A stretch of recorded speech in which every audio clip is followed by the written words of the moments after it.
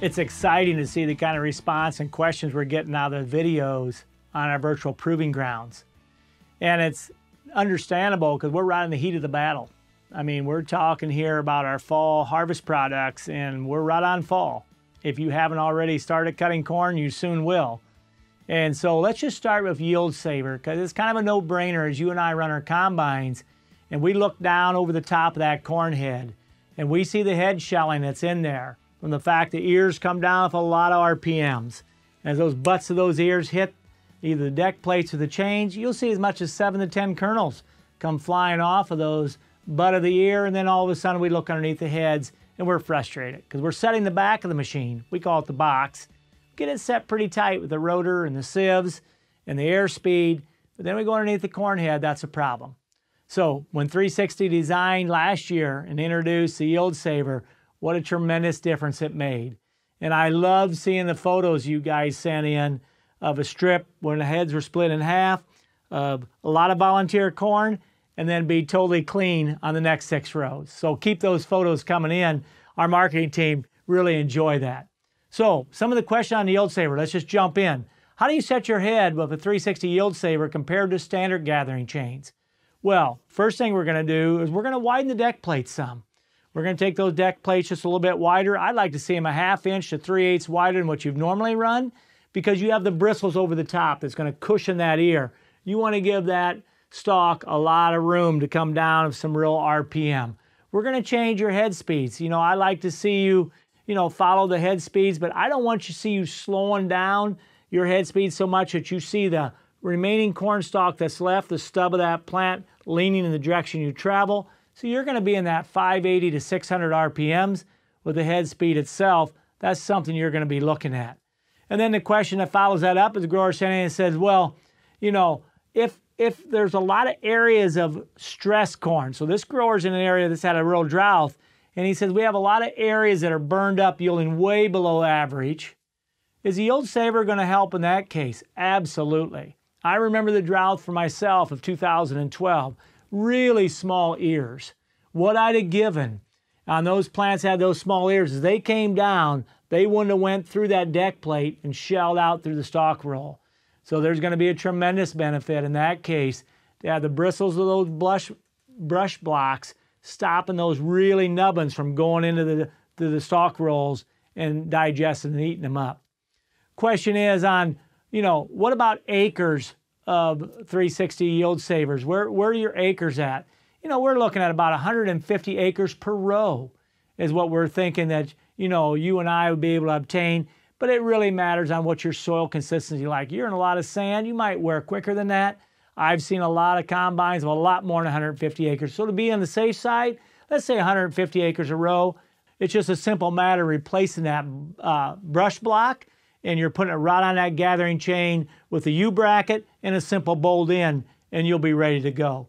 One of the questions on wear was, do we see more wear on green stalks, high moisture corn, than you would see on corn that, let's say, testing 17%? And all the tests we've done, I've not been able to see any real difference. Corn plants are abrasive, but between the dry and the super wet, I've not seen a difference myself. So I'm pretty comfortable saying that 150, we're going to keep you in the ballpark, and that's something that will be there. Besides just saving kernels on the head, let's talk about the chain roll, the 360 chain roll, where we come in and we're able to what? Increase the microbial activity on those corn residue. We know the value of a corn-on-corn field. There's over $100 worth of fertilizer from that residue. So chain roll become really, really important when we talk about how do we address residue coming through that corn head. So I really like chain and residue where we open it up. So chain roll has some really sharp edges, so it pierces into that stalk and then opens it up, but it keeps it in a length that you and I really like. It's about a 6 to 7 inch length of chains. The microbials, Mike and his team can jump on it, quickly digest that down. So then that begs the question from a grower, say, well, what's the difference between 360 chain roll and a Kelmer confetti roll? What we've been able to document is the confetti rolls really create a challenge for the row cleaners and a planter. So whether you have a Yetter or a Martin row cleaner, It's hard for those small pieces of confetti to get out of the way in the spring. And when you and I seed corn right into that open V trench, and we have confetti down in there that's not picked and pulled out like a 6-inch or 7-inch piece of chain roll, easily knocked out of the way. And we have a virgin spot to put some really high dollar seed. But if we're doing a lot of confetti chopping rolls like the Kelmer does, you're going to see less plants survive in the following spring. We've seen as much as 4 plants per 1,000 of an acre to 2 plants per 1,000 of an acre misfire. In other words, there's a piece of confetti, and if you look in the ground itself, and as that little seedling grows, and there's a piece of confetti there, this will create a seedling blight, and this guy never makes the surface, and we're missing an ear. Remember, every ear per 1,000th of an acre is worth, so in 30-inch corn, we're talking 17 feet, 5 inches. So every ear is worth 7 bushel to you. And so anytime you and I misfire one of these guys, it has to start raising a question in our mind saying, what happened the previous fall? And so those are the things that we're looking at. One of the questions were, you know, why do we want to break down organic matter as quick as possible instead of building organic matter for better water retention? Well, we're all about saying, we know that for Mike and his team to eat a growing corn plant, so we have this corn plant here, tassel, of course, his ear. That's a 5-year program for Mike. So for Mike to eat and turn all this into easy cash for you and I, it's going to take him 5 years. Chain roll is all about saying, can we do it in 2 to 2.5? So in other words, we said we just want to 2x the speed of this.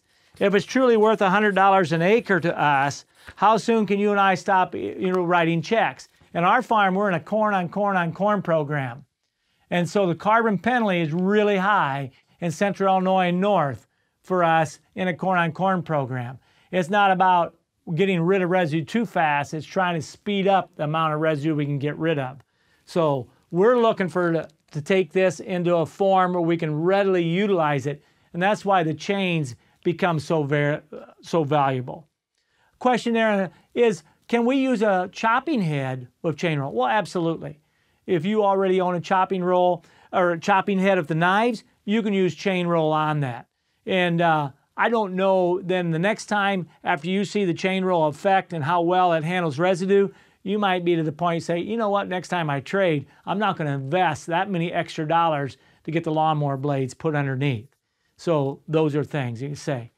Last question on chain roll is chain roll a benefit in a corn bean 50-50 rotation? Absolutely. For us, I love no-tilling soybeans and the corn stalks that were chain rolled the year before. The breakdown is dramatic, and we bring our no-till planters through at a little bit of a slight angle. We can really tell, we're in 20-inch corn, we can really tell a difference. I love coming in behind chain roll and liking the looks of the effects of it. That brings us to the question of residue. How about the bullet 360 point? Remember, it's a ripper point that's twice as wide as most in the industry. Most of the industry is 7-inch, and we're at a 14-inch. But it's really more than that. It's all about how you and I, under the ground, so we know that this is the surface and all the residues up here, but for years you and I have seen this hill-valley effect underground. So this is where the shank would be, and then we have about 40% of the soil that's never fractured. And so we come in here and plant the next year, we plant this little seed, and as roots migrate down and they hit that tight density that was done from last year's tillage, they will turn.